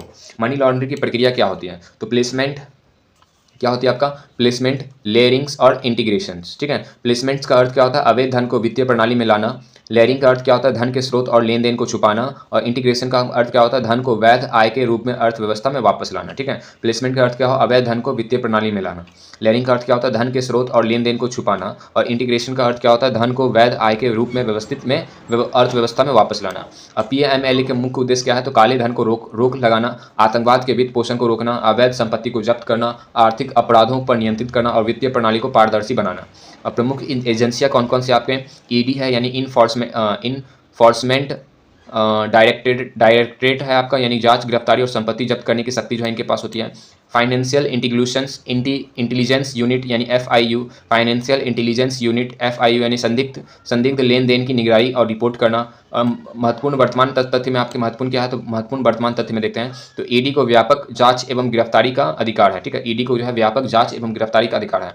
PMLA आर्थिक अपराधों के खिलाफ सबसे प्रभावी कानूनों में से एक है। भारत FATF यानी फाइनेंशियल एक्शंस टास्क फोर्स को मानकों का पालन करता है, ठीक है। मानकों का क्या करता है, पालन करता है। अब यहाँ पर आपका मनी लॉन्ड्रिंग का जो केस है, यानी कि आपका अधिशोधन निवारण अधिनियम, ठीक है, ये कब लागू किया गया था, आपका कब लाया गया था, ठीक है, 2002 में। लागू कब किया गया था, तो 1 जुलाई 2005 में। उद्देश्य क्या है, तो धन शोधन को रोकना, यानी काले धन को रोकना। और मुख्य एजेंसियां कौन कौन सी थी, आपके ED थी और FIU थे। चलिए अगले क्वेश्चन के बढ़ते हैं। अगला क्वेश्चन आपका शब्द संक्षेप TRIMS से क्या बनता है। तो TRIMS से क्या बनता है, आपका व्यापार संबंधित प्रोत्साहन उपाय। इसका अर्थ क्या होता है, आपका ट्रेड रिलेटेड इन्वेस्टमेंट मेजर्स, ठीक है। जो TRIMS जो आपका WTO यानी कि WTO के समझौता के अनुसार बनाया गया है। WTO क्या होता है, आपका वर्ल्ड ट्रेड ऑर्गेनाइजेशन, ठीक है। तो यानी कि व्यापार में जो आपके, यानी विश्व में जो है व्यापार में जो आपके कानून बनाने का हक किनके पास होता है, तो WTO के पास होता है, जिसको हम क्या कहते हैं, वर्ल्ड ट्रेड ऑर्गेनाइजेशन। तो पहले WTO के बारे में बात कर लेते हैं। तो WTO का जो स्थापना जो हुआ था 1 जनवरी 1995 1995 को हुआ था। कब हुआ था आपका? 1 जनवरी 1995 को, ठीक है। और इसका मुख्यालय कहाँ आपका? जिनेवा, स्विट्जरलैंड में। और TRIMS जो है आपका WTO के एक प्रमुख समझौता में से एक है। अब यहाँ TRIMS क्या होता है, जो कि किनके द्वारा लागू किया गया था, किनके द्वारा बनाया गया था? आपका WTO के द्वारा बनाया गया था, ठीक है। TRIMS क्या होता है? तो ट्रेड रिलेटेड इन्वेस्टमेंट मेजर्स, ठीक है। तो TRIMS क्या है? तो WTO के अंतर्गत एक समझौता जो निवेश संबंधी उन उपायों को नियंत्रित करता है जो अंतर्राष्ट्रीय व्यापार को प्रभावित करते हैं। जैसे कि एग्जांपल में अब TRIMS का उद्देश्य क्या होता है? तो अंतर्राष्ट्रीय व्यापार में भेदभाव को कम करना, विदेशी निवेश को प्रोत्साहन करना, WTO सदस्यों के बीच समान व्यापार नियम लागू करना और मुक्त, निष्पक्ष और पारदर्शी व्यापार को बढ़ावा देना, ठीक है। अब यहाँ पर TRIMS के अंतर्गत जो है निषेध कौन कौन से है? तो लोकल कंटेंट रिक्वायरमेंट, यानी कि देश सामग्री के उपयोग की अनिवार्यता नहीं थोपी जा सकती है, ठीक है। और ट्रेड बैलेंसिंग रिक्वायरमेंट, यानी कि निर्यात और आयात को संतुलन रखने के लिए शर्त नहीं लगाई जा सकती है, ठीक है। अब यहाँ पर भारत और TRIMS के बारे में बात कर लेते हैं। तो भारत WTO का संस्थापक सदस्य 1995 में बना। कब बना आपका? 1995 में, ठीक है। तो भारत जो आपका WTO का संस्थापक सदस्य है और WTO का गठन कब किया गया था? तो 1 जनवरी 1995 को, ठीक है। तो इसके संस्थापक सदस्य में से एक आपका कौन? आपके भारत भी है, ठीक है। आर्थिक उदारीकरण, यानी कि जो 1991 में LPG जो नियम लाया गया था, तो आर्थिक उदारीकरण के बाद भारत ने निवेश नीतियों में क्या किए थे? सुधार किए थे। TRIMS नियमों के अनुसार भेदभावपूर्ण निवेश उपायों को हटाया गया था भारत में, और इससे विदेशी निवेश और वैश्विक व्यापार को बढ़ावा मिला था, ठीक है। तो अब यहाँ पर TRIMS का अर्थ क्या होता है? Trade related investment measures. चलिए अगले क्वेश्चन के बढ़ते हैं। अगला क्वेश्चन आपका, नीति आयोग अस्तित्व में कब आया? ठीक है, तो नीति आयोग को कब बनाया गया? तो 1 जनवरी 2015 को। कब बनाया गया आपका? 1 जनवरी 2015 को, ठीक है। तो पहले नीति आयोग को जो है किस नाम से जाना जाता था? तो योजना आयोग, जो कि 1950 से बनाया गया था और 2014 तक चला। फिर योजना आयोग का नाम बदलकर क्या बनाया गया आपका? नीति आयोग, जिसका प्रमुख कौन होते हैं? आपके प्रधानमंत्री, ठीक है। तो नीति आयोग जो है अस्तित्व में कब आया आपका? 1 जनवरी 2015 को, ठीक है। और ये स्थापना पत्र कब, यानी कि नीति आयोग का स्थापना कब हुआ था? 1 जनवरी 2015 से, ठीक है। और नीति आयोग जिसको हम क्या कहते हैं? National institute for transforming India, ठीक है, national institute for transforming India. अब क्यों किया गया परिवर्तन? तो योजना आयोग की क्या कमियां थी? तो टॉप डाउन अप्रोच होता था, राज्यों की सीमित भागीदारी होती थी, कठोर एवं केंद्रीकृत ढांचा थे, बदलती अर्थव्यवस्था के अनुसार लचीला नहीं था, ठीक है। और नीति आयोग की विशेषता क्या है? तो कोऑपरेटिव फेडरलिज्म है, यानी कि सहकारी संचवाद है, कॉम्पिटिटिव फेडरलिज्म है, बॉटम अप अप्रोच है, यानी नीचे से ऊपर दृष्टिकोण है, राज्य की सक्रिय भागीदारी होती है इनमें, और लचीला एवं नवाचार आधारित दृष्टिकोण इसमें देखा जाता है, ठीक है। तो सहयोग से समृद्धि, इसका जो मूल मंत्र क्या है आपका? नीति आयोग का सहयोग से समृद्धि तक, ठीक है। संरचना के बारे में बात कर लेते हैं। तो अध्यक्ष जो होते हैं वो कौन होते हैं? आपके प्रधानमंत्री होते हैं। उपाध्यक्ष जो होते हैं तो प्रधानमंत्री के द्वारा नियुक्त किया जाता है। पूर्णकालिक सदस्य जो होते हैं, फुल टाइम मेंबर्स, यानी कि पूर्णकालिक सदस्य होते हैं। और अंशकालिक सदस्य भी होते हैं, यानी पार्ट टाइम मेंबर्स भी होते हैं। विशेषज्ञ सदस्य भी होते हैं, यानी स्पेशल इन्वाइटीज भी होते हैं, ठीक है, इन्वाइट्स भी होते हैं। अब मुख्य कार्य क्या होता है? तो योजना आयोग का, नीति आयोग का, तो दीर्घकालीन नीतियां बनाना, राज्यों को नीति एवं रणनीतिक सुझाव देना, सतत विकास लक्ष्य को बढ़ावा देना, नवाचार, उद्यमी और स्टार्टअप को प्रोत्साहन करना, और नीति अनुसंधान और डेटा आधारित निर्णय लेना, ठीक है। तो अब यहाँ पर जो है आपका नीति आयोग को, जो है नीति आयोग अस्तित्व में कब आया था? आपका 1 जनवरी 2015 को। काफी मोस्ट इंपॉर्टेंट क्वेश्चन है। और इस नीति आयोग के अध्यक्ष कौन होते हैं? आपके प्रधानमंत्री, ठीक है। चलिए अगले क्वेश्चन के बढ़ते हैं। अगला क्वेश्चन आपका, गुल्लक बच्चा बैंक कहाँ है? ठीक है, तो गुल्लक बच्चा बैंक आपका कहाँ? आपका पटना में। कहाँ? आपका पटना में, ठीक है। तो गुल्लक बच्चा बैंक जो है आपके बच्चों द्वारा संचालित अनूठा बैंक है, जो कि आपके कहाँ पर खोले गए हैं? आपके पटना में। तो यह क्या है? तो इनके बारे में बात कर लेते हैं। तो यह एक बॉल बैंकिंग पहल है जिसमें बच्चे स्वयं बैंक का संचालन करते हैं और बचत, जमा, निकासी आदि की प्रक्रिया को सीखते हैं। मुख्य उद्देश्य क्या होता है? तो बच्चों में बचत की आदत विकसित करना, वित्तीय साक्षरता और बैंकिंग की समझ को बढ़ावा देना, आत्मविश्वास और जिम्मेदारी की भावना विकसित करना, और आर्थिक रूप से सशक्त और अनुशासित समाज बनाना, ठीक है। विशेषता क्या होता है?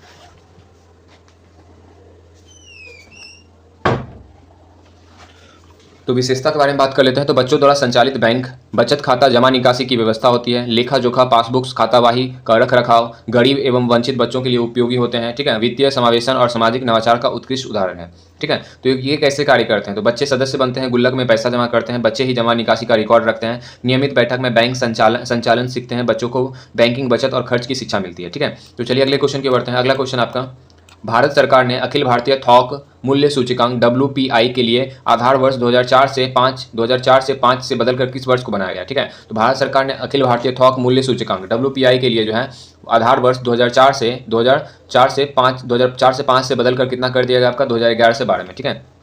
अब यहाँ पर WPI क्या होता है? तो WPI जिसको हम क्या कहते हैं? होलसेल प्राइस इंडेक्स, ठीक है, जो कि आपका थोक बाजार में वस्तुओं की कीमतों में होने वाले परिवर्तन को मापने वाला सूचकांक। यह खुदरा मूल्य सूचकांक का थोक स्तर का समकक्ष होता है। जारी करने वाले संस्था जो होते हैं, संस्था कौन, आपके आर्थिक सलाहकार कार्यालय यानी कि ऑफिस ऑफ इकोनॉमिक एडवाइजर, ठीक है, और डीपीआईआईटी, वाणिज्य और उद्योग मंत्रालय और भारत सरकार। अब यहाँ पर इनके आधार वर्ष क्या था, तो पुराना आधार वर्ष कितना था 2004 से 5, लेकिन नया आधार वर्ष कितना आपका 2011 से 12, ठीक है। तो नई श्रृंखला जो है लागू की गई है आपका कितना 2017 से, ठीक है, 2017 से। अब यहाँ पर WPI का उपयोग क्या होता है, तो थोक स्तर पर महंगाई दर मापने में, औद्योगिक लागत और मूल्य को जानने में, ठीक है, और आर्थिक नीतियों के निर्धारण में, मुद्रास्फीति नियंत्रण एवं राजकोषीय निर्णय में सहायक होती है, ठीक है। अब वर्तमान स्थिति के बारे में बात कर लेते हैं।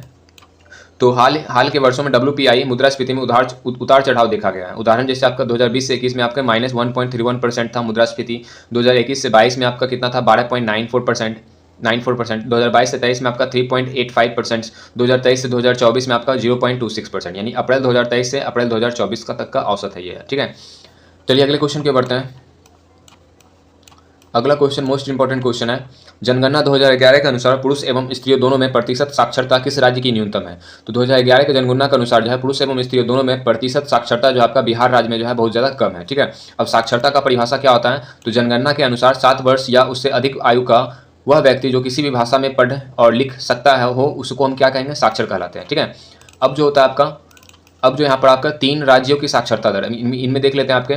तो बिहार जो है, बिहार में कुल साक्षरता दर कितना आपका 61.8%, ठीक है। फिर उससे ज़्यादा आपका किसमें, आपका अरुणाचल प्रदेश 66.95%, फिर उससे ज़्यादा किसमें आपका आंध्र प्रदेश 67.41%, और फिर उससे ज़्यादा आपका किसमें आपके जम्मू कश्मीर में जहाँ पर आपका 67.16%, और सबसे उच्चतम पे जो आपके कौन, आपके केरल 93.91%, ठीक है, 2011 के जनगणना के अनुसार है। और बिहार में बिहार हमारे लिए इंपॉर्टेंट है, BPSC के लिए बिहार इंपॉर्टेंट होता है, ठीक है। तो यहाँ पर कुल साक्षरता दर 61.80 है, और पुरुष में साक्षरता दर जो है आपका 71.20% है, और महिलाओं में 51.50% है, ठीक है। अब जनगणना 2011 के अनुसार जो है भारत की साक्षरता देखते हैं, ठीक है। तो कुल साक्षरता दर कितना आपका 74.04% है आपके भारत का, और पुरुष साक्षरता दर कितना आपका 82.14%, और महिला साक्षरता दर कितना आपका 65.46%, ठीक है। तो जनगणना 2011 के अनुसार जो है न्यूनतम साक्षरता दर वाला राज्य कौन सा आपका, बिहार, जिसमें कुल साक्षरता दर कितना आपका 61.80%, ठीक है। वर्तमान स्थिति के बारे में बात कर लेते हैं। तो जनगणना 2021 अभी तक आयोजित नहीं हुई है। विभिन्न सर्वेक्षणों के अनुसार बिहार में साक्षरता में सुधार हुआ है, लेकिन यह अभी भी कई राज्यों से पीछे है। शिक्षा के क्षेत्र में निरंतर प्रयास किया जा रहा है, ठीक है। तो चलिए अब यहाँ पर संविधान में प्रावधान देख लेते हैं। तो अनुच्छेद 21A के तहत जो है 6 से 14 वर्ष तक के बच्चे को निःशुल्क एवं अनिवार्य शिक्षा का अधिकार है।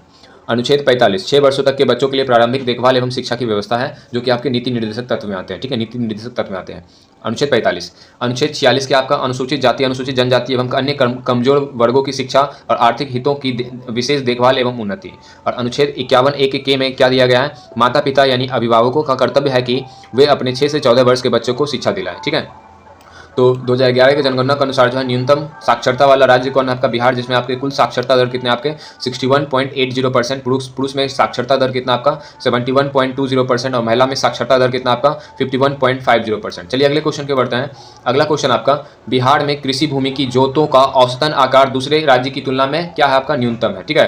तो अब यहाँ पर जोतों या जोत क्या होता है, जोत क्या होता है, तो किसानों के स्वामित्व या संचालन में मौजूद कृषि भूमि के जोत कहते हैं, ठीक है। तो किसानों के स्वामित्व या संचालन में मौजूद कृषि भूमि को हम क्या कहेंगे, जोत कहेंगे। यानी कि जोत जो होता है पर्सनल क्या होते हैं आपके, पर्सनल जो होते हैं कृषि भूमि होता है। जोत का आकार छोटे होने पर भूमि का अधिक विखंडन होता है, और यंत्रीकरण जो है कठिन होता है, उत्पादकता कम होता है, ठीक है। तो बिहार में जोत का आकार जो है न्यूनतम क्यों है, तो जनसंख्या घनत्व अधिक होती है, इसलिए हर जनसंख्या के पास छोटा छोटा भूमि का क्या होता है, टुकड़ा होता है, यानी हर परिवार के पास छोटे छोटे भूमि का टुकड़ा होता है, ठीक है। तो बिहार में जो है जनसंख्या घनत्व बहुत अधिक होता है, तो कृषि भूमि का लगातार क्या होते रहता है, बंटवारा होते रहता है। तो इससे क्या बनेगा आपका, सीमांत एवं लघु किसान की अधिकता हो जाती है, जिससे परंपरागत कृषि पद्धति का प्रभाव होती है, और उद्योग एवं गैर कृषि रोजगार के सीमित अवसर होते हैं, ठीक है। तो यानी कि उद्योग एवं गैर कृषि रोजगार के जो है अवसर क्या हो चुके हैं आपके, सीमित हो चुके हैं, लिमिटेड हो चुके हैं बिहार में, ठीक है। अब वर्तमान स्थिति के बारे में बात कर लेते हैं। तो बिहार में औसत परिचालन जोत लगभग 0.3 से 0.5 हेक्टेयर के बीच है। यह भारत का सबसे छोटा जोत आकारों में शामिल है। छोटे जोत आकार के कारण कृषि की उत्पादकता और आय पर प्रभाव पड़ती है, और भूमि समेकन यानी कि कंसोलिडेशंस की आवश्यकता होती है, ठीक है। अब यहाँ पर बिहार के, अब यहाँ पर जो आपका कृषि जनगणना के अनुसार जो है स्थिति देख लेते हैं 2015 से 2016 में। तो श्रेणी जो है आपका भारत में परिचालन जोतों का वर्गीकरण। तो सीमांत जोत जो है आपका लगभग 1.0 हेक्टेयर से कम है। लघु जोत जो आपका 1.0 से 2.0 हेक्टेयर है। मध्यम जोत यानी कि मध्यम किसान जो आपके 2.0 से 4.0 हेक्टेयर के बीच में आते हैं। और बड़ी जोत जो आपका बड़े किसान जो आपके लगभग आपके जिनके पास 4 से आपका अधिक क्या होते हैं, आपके खेत होते हैं, हेक्टेयर होते हैं। ठीक है, अब यहाँ पर संबंधित संवैधानिक प्रावधान के बारे में बात कर लेते हैं। तो सातवीं अनुसूची के राज्य सूची में प्रविष्टि 18 में जो है भूमि सुधार कृषि भूमि के बारे में जो है आपका वर्णन किया गया है। राज्य सरकारों को भूमि सुधार एवं कृषि भूमि संबंधी कानून बनाने का अधिकार होता है। ठीक है, तो चलिए अगले क्वेश्चन की ओर बढ़ते हैं।